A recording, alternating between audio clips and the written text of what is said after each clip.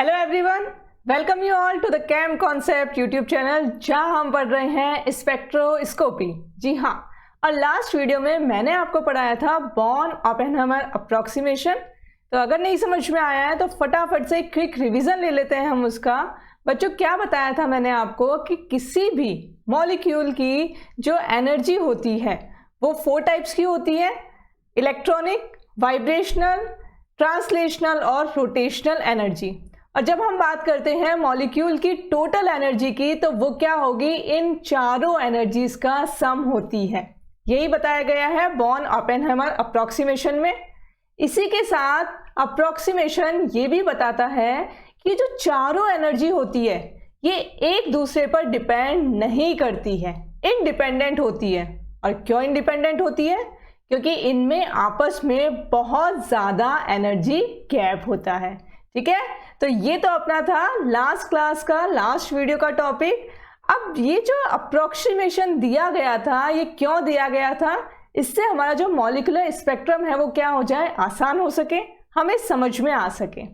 तो जो मॉलिक्यूल का स्पेक्ट्रम है उसे ही हम क्या कहते हैं? बैंड स्पेक्ट्रम कहते हैं। तो आज के इस वीडियो में हम पढ़ने वाले हैं क्लासिफिकेशन ऑफ बैंड स्पेक्ट्रम, या मैं इसे कह सकती हूँ मॉलिक्यूलर स्पेक्ट्रम, क्योंकि मॉलिक्यूल का स्पेक्ट्रा कह दो या बैंड स्पेक्ट्रा कह दो, एक ही बात है। ठीक है, तो किस बेसिस पे क्लासिफाई किया गया है? जो हमारा एनर्जी लेवल्स है डिफरेंट, लास्ट वीडियो में हमने एनर्जी लेवल्स की भी बात की थी, अभी दोबारा एक बार समझेंगे उसको। उन एनर्जी लेवल्स में कहाँ ट्रांजिशन हो रहा है, उन ट्रांजिशन के अकॉर्डिंग बैंड स्पेक्ट्रम को 3 टाइप्स में डिवाइड किया गया है। ये समझना क्यों इंपॉर्टेंट है? क्योंकि इसी के बेसिस पे हम आगे स्पेक्ट्रोस्कोपी की स्टडी करना शुरू करेंगे। तो ये मान लो उसका इंट्रोडक्टरी पार्ट है।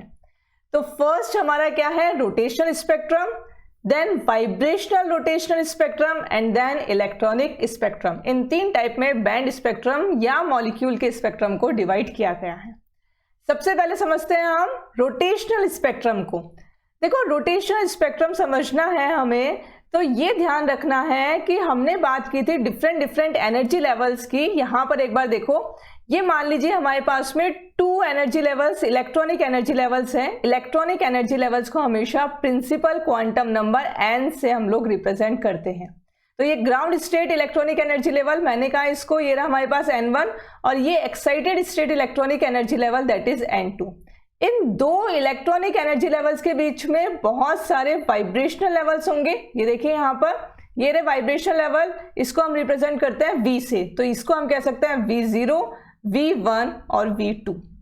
इसी तरीके से ये एक्साइटेड के वाइब्रेशनल लेवल है, और वाइब्रेशनल एनर्जी लेवल के बीच में बहुत सारे रोटेशनल एनर्जी लेवल्स प्रेजेंट होते हैं, जिसे हम J से रिप्रेजेंट करते हैं।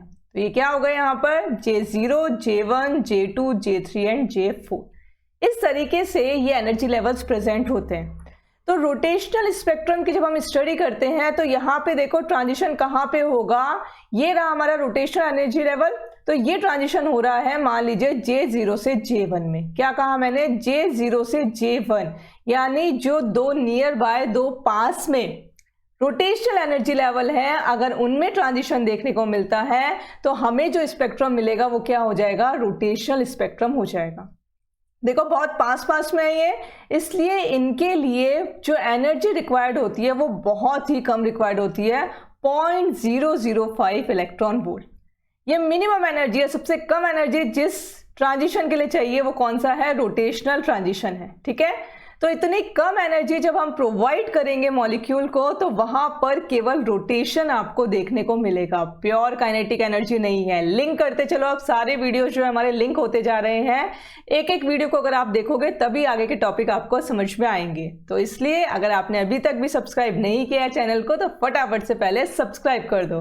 ठीक है, तो यहाँ पर देखो रोटेशनल ट्रांजिशन हो रहा है, इसका मतलब J1 से J2, J0 से J1, बेसिकली ये प्लस या -1 ही हो सकते हैं। सिलेक्शन रूल जो हम कहते हैं कि अलाउड, जो मैं बोल रही हूँ अलाउड ट्रांजिशन कौन से होंगे, that would be del J +-1। +-1 का क्या मतलब है? यहाँ पे देखो +1 रिप्रेजेंट करता है कि हमारे पास में जो लोअर एनर्जी लेवल है उससे हायर एनर्जी लेवल में, lower to higher energy level में ट्रांजिशन हो रहा है। इसका मतलब हमें जो स्पेक्ट्रम मिलेगा वो कैसा स्पेक्ट्रम मिलेगा? अब्जॉर्प्शन स्पेक्ट्रम मिलेगा। वापस समझो इसको, अगर मैंने कहा +1 ट्रांजिशन हो रहा है, यानी J1 से J2 जा रहा है। 1 क्या है? लोअर एनर्जी लेवल, 2 क्या है? Higher energy level. तो अगर ये ट्रांजिशन होगा तो वहां पर लोअर एनर्जी लेवल में मॉलिक्यूल है तो उसे एनर्जी चाहिएगी, एनर्जी आपको देनी पड़ेगी, यानी वो क्या कर रहा है? रेडिएशन को अब्सॉर्ब कर रहा है। तो इसलिए जो हमें स्पेक्ट्रम मिलेगा वो कैसा मिलेगा? Absorption spectrum. अब्सॉर्प्शन स्पेक्ट्रम क्या होता है? ये मैंने आपको टाइप्स ऑफ स्पेक्ट्रम में पढ़ाया था, राइट। अगर मैं बात करूं -1 का मतलब क्या हो गया? यहां पर ऑपोजिट हो जाएगा, higher to lower energy level में हमारे पास में ट्रांजिशन देखने को मिल रहा है। इसका मतलब J2 से J1 में आ रहा है। J2 क्या है? हायर एनर्जी लेवल, J1 है लोअर एनर्जी लेवल। तो जब ये हायर टू लोअर आएगा तो ये क्या करेगा? रेडिएशन को एमिट करेगा, और रेडिएशन एमिट जब होगी तो हमारे पास में जो स्पेक्ट्रम आएगा वो कैसा हो जाएगा? एमिशन स्पेक्ट्रम हो जाएगा। यही हम पढ़ के आए हैं लास्ट प्रीवियस वीडियोस के अंदर। तो ये मतलब होता है प्लस और -1 का। तो सिलेक्शन रूल, अगर ये बेसिकली ट्रांजिशन जो है इन रूल को फॉलो करते हैं तो वो अलाउड ट्रांजिशंस होते हैं, नहीं तो फॉरबिडन ट्रांजिशंस कहलाते हैं। तो देखा आपने, इतनी कम एनर्जी अगर आप दे रहे हो मॉलिक्यूल को तो रोटेशनल ट्रांजिशन हो रहा है। और इतनी कम एनर्जी कौन से फील्ड में प्रेजेंट होती है? जो हमने इलेक्ट्रोमैग्नेटिक स्पेक्ट्रम मैंने आपको पढ़ाया था, green XUV in my range, याद आ रहा है? तो जब हम ग्रीन से रेंज की तरफ गए थे तो हमारे पास क्या हो रही थी? वेवलेंथ क्या इंक्रीज हो रही थी और एनर्जी डिक्रीज हो रही थी। इसका मतलब माइक्रोवेव जो रीजन था हमारा, माइक्रोवेव रीजन के अंदर इतनी मिनिमम एनर्जी रिक्वायर्ड होती है, यही एनर्जी की रेंज थी माइक्रोवेव रीजन में। तो ये जो स्पेक्ट्रम मिलेगा इसे हम माइक्रोवेव स्पेक्ट्रम भी कहते हैं। और इसकी स्टडी जिस स्पेक्ट्रोस्कोपी में की जाती है उसे हम कह देते हैं माइक्रोवेव स्पेक्ट्रोस्कोपी। तो दो नाम हो गए इसके, रोटेशनल स्पेक्ट्रोस्कोपी भी कहते हैं इसको और माइक्रोवेव स्पेक्ट्रोस्कोपी भी कहते हैं, राइट। और ये सबसे सिंपल स्पेक्ट्रम हमें यहाँ पर इनका मिलता है। सिंपल क्यों मिलेगा? क्योंकि और कोई भी ट्रांजिशन इसमें नहीं हो रहा, केवल रोटेशनल ट्रांजिशन देखने को मिल रहा है। Lower to higher energy level या हायर टू लोअर, केवल और केवल रोटेशनल एनर्जी लेवल में ट्रांजिशन होगा, ठीक है। तो आपको कुछ चीजें जो ध्यान रखनी है, आगे आने वाले हम तीनों स्पेक्ट्रम में जो हम कंपैरिजन करते हुए पढ़ेंगे उसमें क्या क्या ध्यान रखना है, एनर्जी कितनी रिक्वायर्ड है, कौन कौन से ट्रांजिशन हो रहे हैं, कौन सी स्पेक्ट्रोस्कोपी में हम स्टडी करेंगे और सिलेक्शन रूल क्या है। तो ये इतना डिटेल में मैंने आपको समझाया ताकि आपको आगे जो है वाइब्रेशनल रोटेशन और इलेक्ट्रॉनिक स्पेक्ट्रम फटाफट से समझ में आ जाएंगे, उनमें अब टाइम नहीं लगेगा। तो ये तो बात हुई हमारे फर्स्ट ट्रांजिशन की जो हमारे पास में हो रहा है रोटेशनल ट्रांजिशन। J0 से J1 बोल दो या J1 से J2 बोल दो, ठीक है। ये क्या है? Absorption spectrum. और अगर ऑपोजिट आ रहा है, मान लीजिए इस तरह से आ रहा है, तो ये क्या हो जाएगा? Emission spectrum. लेकिन स्पेक्ट्रम कैसा है? रोटेशनल है केवल। अब देखो हमारे पास में नेक्स्ट में बात करूं वाइब्रेशनल रोटेशनल स्पेक्ट्रम की। तो वाइब्रेशनल रोटेशनल स्पेक्ट्रम के अंदर हमें पता है अगर मैं 0.1 इलेक्ट्रॉन वोल्ट एनर्जी दे रही हूं तो वहां पर वाइब्रेशनल ट्रांजिशन होने लग जाएंगे मॉलिक्यूल के अंदर। लेकिन ये जो वाइब्रेशनल ट्रांजिशन हो रहे हैं, अगर मैंने 0.1 इलेक्ट्रॉन वोल्ट एनर्जी दी तो वाइब्रेशन से पहले रोटेशन तो हो ही जाएगा, उसमें तो और भी कम एनर्जी चाहिए, 0.005 इलेक्ट्रॉन वोल्ट ही चाहिए, राइट। तो इसका मतलब अगर हम बात कर रहे हैं यहाँ पर वाइब्रेशनल ट्रांजिशन, ये मैंने कहा 0 से 1 वाइब्रेशनल एनर्जी लेवल में ट्रांजिशन हो रहा है V0 टू V1, और हमें एनर्जी कितनी चाहिए? 0.1 इलेक्ट्रॉन वोल्ट। तो इतनी एनर्जी से पहले ये ट्रांजिशन जो हमारे रोटेशनल ट्रांजिशन है वो तो ऑलरेडी इसमें होंगे ही होंगे। तो इस वजह से यहाँ पर आपको दो ट्रांजिशन देखने को मिलेंगे, rotational and vibrational transition. V1 से V2 वाइब्रेशनल ट्रांजिशन, J1 से J2 रोटेशनल ट्रांजिशन, ठीक है। तो इस वजह से हमारे पास में इस स्पेक्ट्रम को हम क्या कहते हैं? Vibrational rotational spectrum. अब ये सिंपल नहीं है, इसमें दो तरह के ट्रांजिशन आ गए, इसलिए ये धीरे धीरे क्या हो गया? कॉम्प्लेक्स हो गया। और ये जो एनर्जी है ये इलेक्ट्रोमैग्नेटिक स्पेक्ट्रम के किस रीजन में प्रेजेंट होती है? IR रीजन में। इस वजह से इस स्पेक्ट्रोस्कोपी को हम क्या कहते हैं? IR spectroscopy. और अब यहां पर सिलेक्शन रूल क्या हो गया? अगर रोटेशनल ट्रांजिशन होगा तो del J plus minus one, और साथ में वाइब्रेशनल भी हो रहा है तो del V plus minus one, क्योंकि V हम लोग वाइब्रेशनल के लिए रिप्रेजेंट करते हैं एनर्जी लेवल, और J रोटेशनल एनर्जी लेवल के लिए हम लोग रिप्रेजेंट करते हैं। तो ये देखो यहाँ पर प्लस माइनस वन, ऐसा नहीं है कि V1 से V3 में चले गया, ये ट्रांजिशन अलाउड नहीं होता है, ये फॉरबिडन होता है। इतनी ही एनर्जी है उसके पास कि वो धीरे धीरे जंप कर सकता है, V1 से V2 जा सकता है, V2 से V3 जा सकता है, V1 से V3 नहीं, क्योंकि इतनी एनर्जी हम नहीं दे रहे हैं उसको।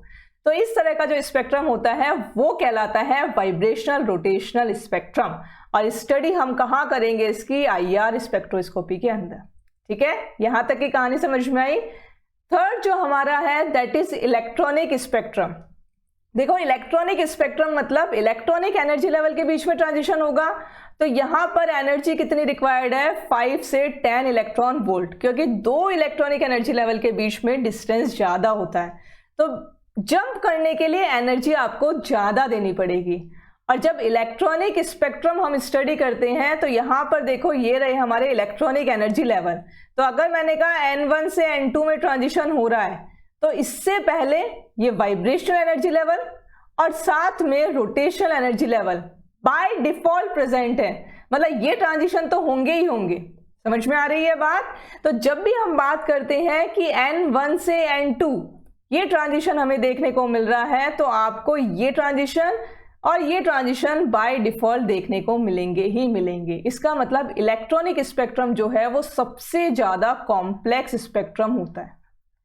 कॉम्प्लेक्स होता है क्यों? क्योंकि इसके अंदर तीनों तरह के ट्रांजिशन प्रेजेंट होंगे। कौन कौन से तीनों तरह के हो गए, ये देखो यहाँ पर E0 से E1 इलेक्ट्रॉनिक ट्रांजिशन, V0 से V1 वाइब्रेशनल ट्रांजिशन, J0 से J1 rotational transition. All 3 types of transitions are there, all 3 types, ये तीनों प्रेजेंट है, ये ध्यान रखिएगा। और ये जो एनर्जी है, देखो एनर्जी अब बढ़ती जा रही है ना, तो जैसे जैसे हम रोटेशनल से वाइब्रेशन और इलेक्ट्रॉनिक में जा रहे हैं, तो ये किस रीजन में प्रेजेंट होते हैं, इलेक्ट्रोमैग्नेटिक स्पेक्ट्रम के UV visible, UV and visible region की ये रेंज होती है एनर्जी की। ठीक है, इस वजह से इस स्पेक्ट्रोस्कोपी को हम यूवी विजिबल स्पेक्ट्रोस्कोपी भी कह देते हैं। तो इलेक्ट्रॉनिक स्पेक्ट्रोस्कोपी जब हम पढ़ेंगे तो वहां यूवी विजिबल स्पेक्ट्रोस्कोपी भी बोलेंगे। किसी तरह से भी क्वेश्चन आ जाए आपको कंफ्यूज नहीं होना है। और सिलेक्शन रूल क्या हो गया, देखो रोटेशनल के लिए हमने देखा था plus minus one del J, vibrational के लिए del V plus minus one, और यहां पर साथ में क्योंकि इलेक्ट्रॉनिक ट्रांजिशन भी जुड़ गया जिसे हम प्रिंसिपल क्वांटम नंबर n से रिप्रेजेंट करते हैं, इसलिए क्या हो जाएगा del n equal to plus minus one. ये सिलेक्शन रूल आपको ध्यान रखना है। तो इस तरीके से आप जब आप नोट्स बनाओगे तो कंपैरेटिव नोट्स बना सकते हो। इतना आपको पता होना चाहिए, बेसिक आइडिया होना चाहिए कि किस स्पेक्ट्रोस्कोपी की हम स्टडी कर रहे हैं और उसमें कैसा ट्रांजिशन देखने को मिलता है। तब आपको आगे जब हम एक एक स्पेक्ट्रा पढ़ना शुरू करेंगे तो आपको सारी चीजें क्लियर हो जाएगी। ठीक है, आई होप ये टॉपिक आपको क्लियर हो गया होगा, क्लासिफिकेशन ऑफ बैंड स्पेक्ट्रम या मॉलिक्यूलर स्पेक्ट्रम। नेक्स्ट वीडियो में अब हम स्टार्ट करेंगे हमारी मेन स्पेक्ट्रोस्कोपी। तो अभी तक कोई भी डाउट हो तो आप मुझसे पूछ सकते हैं। सारे वीडियोस एक साथ देखिएगा तभी आपको समझ में आएगा, और नोट्स बनाते चलिए और वीडियो को ज़्यादा से ज़्यादा शेयर करिए अपने फ्रेंड्स को ताकि उन्हें भी हेल्प हो इन टॉपिक्स को समझने में। तब तक के लिए नेक्स्ट वीडियो में मिलने से पहले थैंक यू सो मच।